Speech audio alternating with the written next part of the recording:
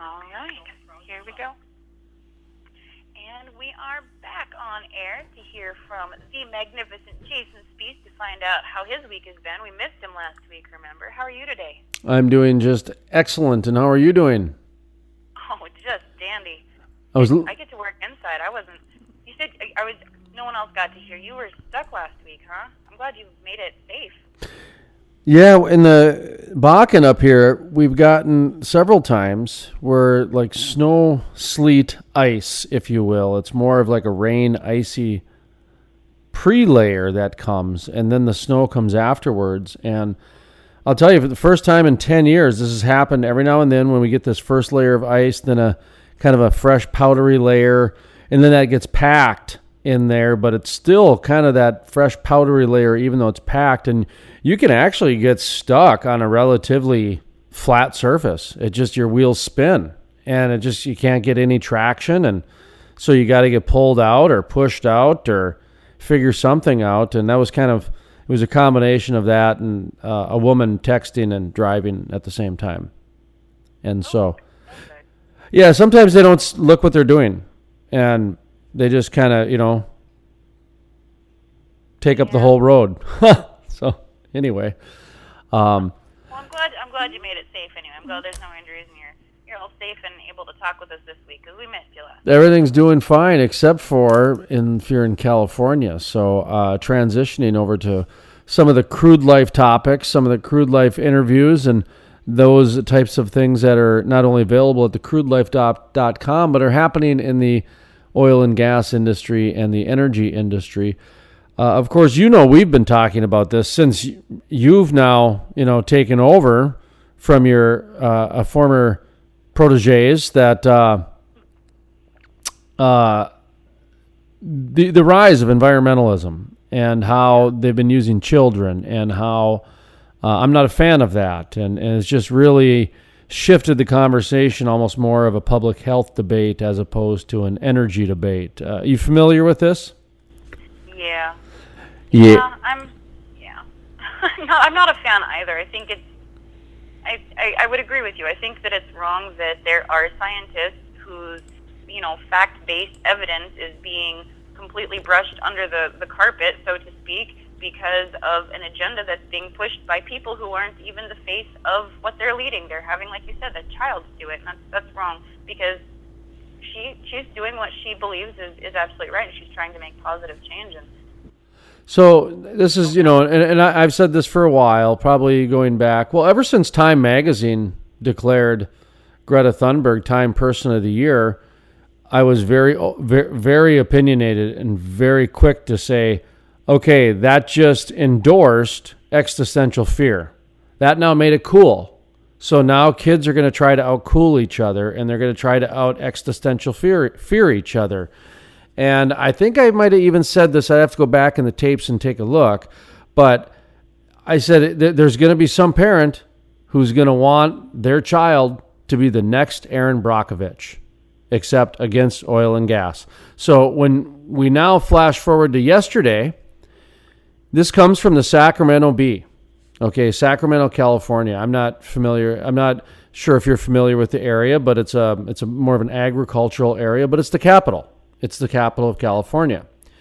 And the headline from the Sacramento Bee is, "Teens drench themselves in fake oil in climate change protest at California Pension Fund." So I'm just going to continue here with the story a little bit, and then I'm going to pause and then comment on it. But that's the headline. Teens drench themselves in fake oil in climate change protest at California Pension Fund. I mean, that headline there's a lot there. The language in it is just the drench, and climate change, and it's got the buzzwords and even some over the top. So anyway, now getting into the story here. So bear with me, folks. We're going to land here pretty quick.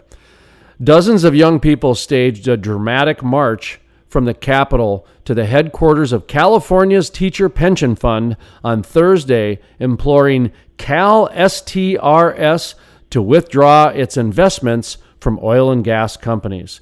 The children, some drenched in mock oil, participated in a die-in at CalST headquarters in West Sacramento, where they said their generation would suffer from the effects of climate change. This is coming from Sophie Jacobs here. We're the ones that are vulnerable, Sophie Jacobs, age 12, of Berkeley said. Okay, so not only did the headline say teens, but they're quoting a 12-year-old. I'm not going to get that nitpicky, but that's really young. 12 is not even a teenager.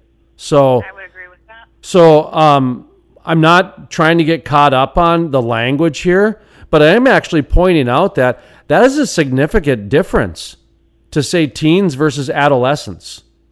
That is a significant difference. Now, I get a lot of 12-year-olds are mature enough to be 13. So yeah, I call my son, 14 when he's 13 and all this other stuff all the time. But 12, that's really young. So you are a teachers union and you're using a 12-year-old and their friends, drenching them in oil, putting stop fossil fuels, stop oil and gas, protest signs around their head and marching them around the state capitol. And that's okay. And the teachers are okay with that. That's what the energy industry is up against right now. That's incredible to me. That is absolutely incredible that we've gotten to the point to where we can just use kids like this. Wow. Yeah, I actually pulled the story up when you had said it, and the picture here looks like they are all in middle school. I'm not the greatest gauge of age. I'm gonna be honest there, but it kind of looks like an entire group of middle school kids, and they're holding a sign that says "Big Oil took our childhood." Yeah, I mean and the irony is that Big Oil gave them their childhood, because without Big Oil, they wouldn't have any iPads. They wouldn't have the education system that they have. They wouldn't have the cars to drive them around and do the things that they can do. 96% of our products that we use every single day have some sort of fossil fuel in them, some sort of petroleum product in it. So I'm not a lobbyist for the oil and gas industry. I'm a realist on the planet Earth that says, if you are living on the planet Earth, in America especially, the energy industry, specifically oil and gas, has given you your lifestyle. I mean, to be as, I don't even know what the word is, just flippant? Is that the right word? To be as flippant towards, biting the hand that feeds you is absolutely remarkable to me. This story, by the way, continues. And I do want to just mention this, and the rest is getting into numbers, but this sentence right here is just so telling, okay? Their protest mark the latest effort by environmental advocacy groups to press California's public pension funds to divest from fossil fuel industries. So, according to the Sacramento Bee here, the teachers union might not even been involved with this.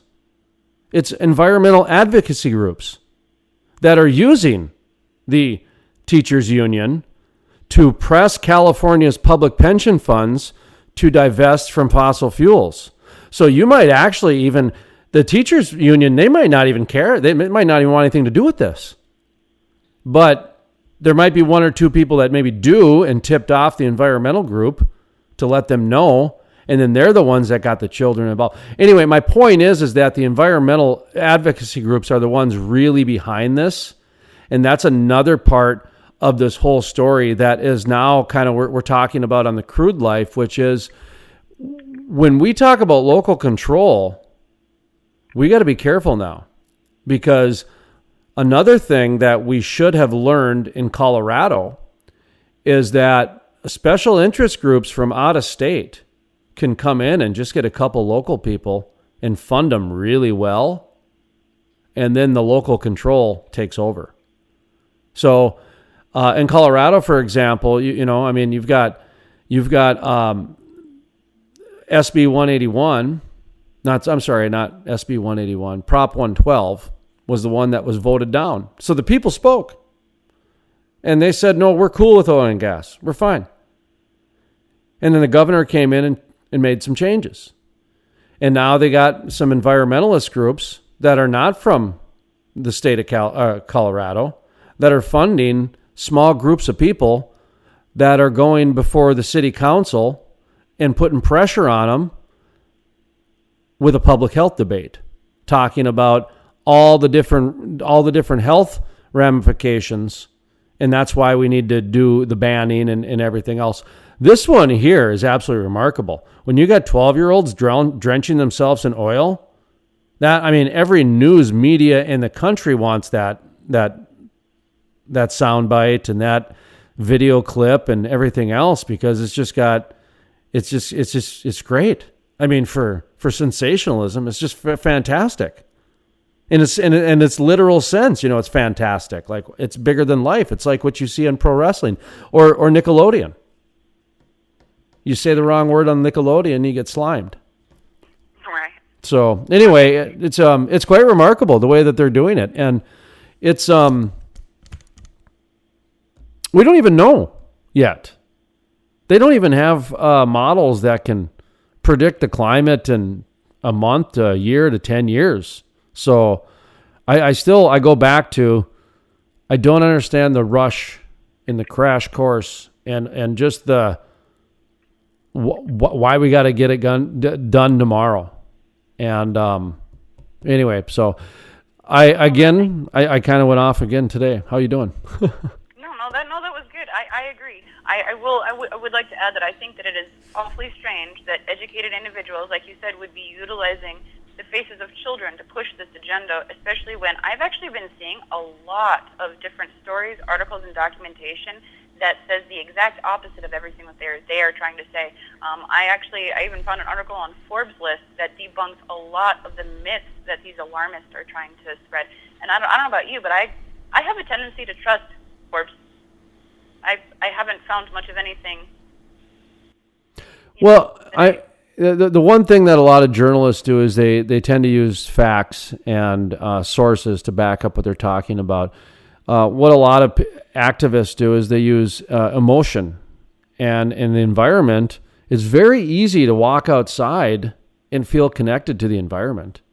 Everybody has a great memory at the lake or at something like that, going outside, and so it's very easy to get connected to the earth, and that's dangerous. That's a dangerous thing because it can layer very quickly, and we're seeing it happen. Like I said, there's going to be some parent who's going to think their child is the next Erin Brockovich. I mean, because as soon as Time magazine put Greta Thunberg as Time Person of the Year, that made all this stuff cool. They made it all cool. So now you put that, you layer in YouTube and Instagram and all and the parents can you imagine these kids going out and drenching themselves with oil and afterwards they're going out for pizza? Just like after your basketball game or your baseball game? That's what's going on here. This is a fun event for these people. And Greta Thunberg made it cool. She made it cool to have that amount of existential fear. To actually, do you really think that these people believe the planet's going to go away in 10 years? I mean, the adults I'm talking about. I honestly wouldn't put it past anyone to believe much of anything anymore.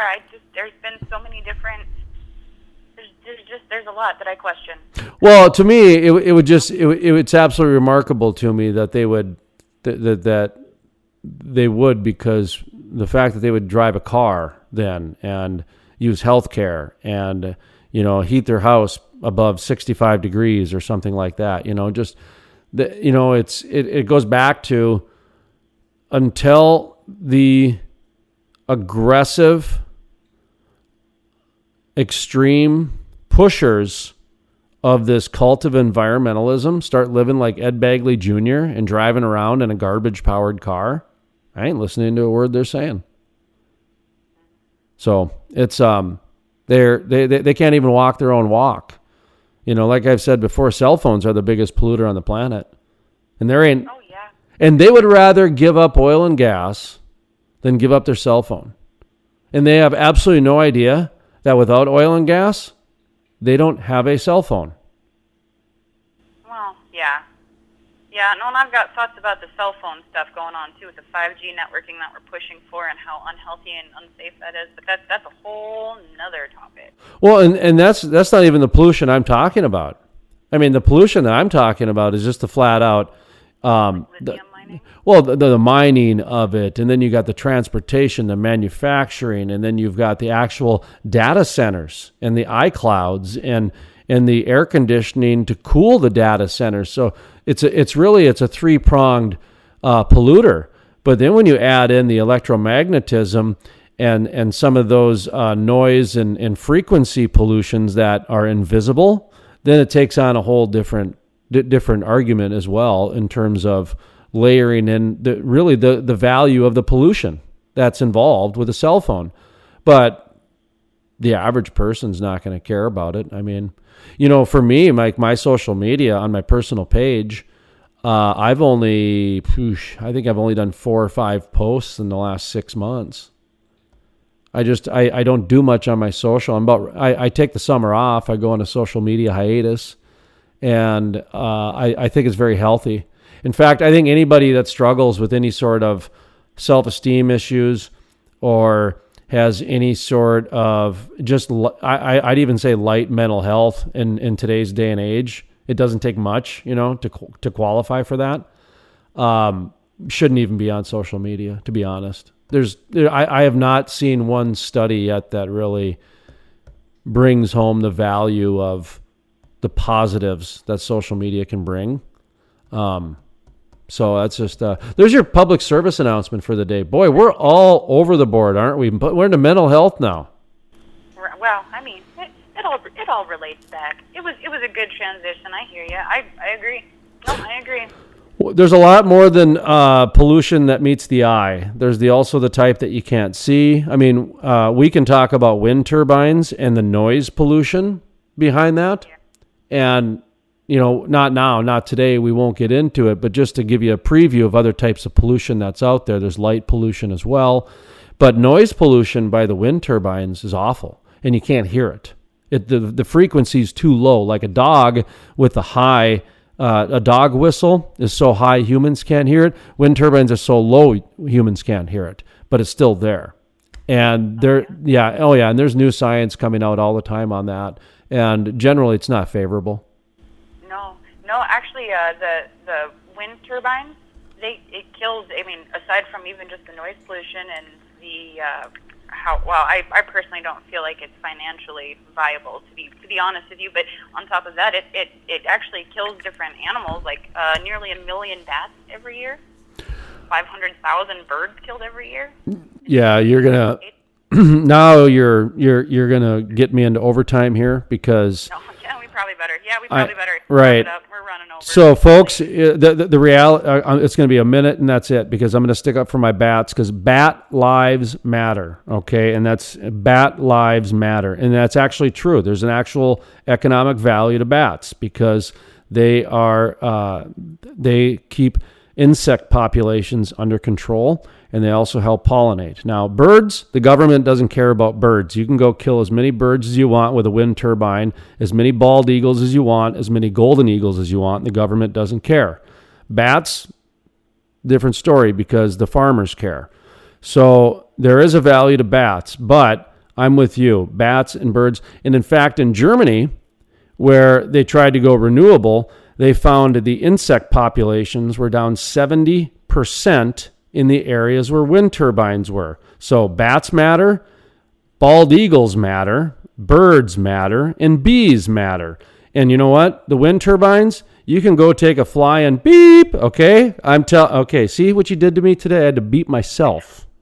Oh, man. Well, getting all riled up. We're talking, you know what? We're talking about vibrations, and I don't get much good vibrations from wind turbines. I've said it once, and I've said it 100 times. The farmers from 150 years ago were more advanced with wind energy than we are today. They figured out how to get water, and they figured out how to power a barn just from a wind turbine on a windmill, and that was all they needed. And today, they don't even know how to get rid of those wind turbines. They don't even have reclamation programs in place yet. So now I'm reading that the disposal of the turbines, they don't even know how to do that now because of how they're manufactured. So see what you did to me in my way? I know, I did too. We ran way over, and that's definitely my fault this week, but I guess maybe this just makes up for not getting to talk to you last week. Well, that's what happens, you know. I mean, it's you guys miss me so much, and all of a sudden, so. But we do have a daily podcast, thecrudelife.com, and then of course we got the weekend review, which you're going to hear this weekend on these radio stations. Fantastic programs in store for you. But thecrudelife.com for exclusive interviews and other oil and gas information, including some pipeline sniffing dogs, some dogs that go out and they find pipelines, and they're actually stationed in Gillette, Wyoming. So great story on that at thecrudelife.com. That's awesome. Well, thank you so much, Jason. I'm glad we got to talk to you this week. We'll talk to you next week. Yes, indeed. Have a great weekend.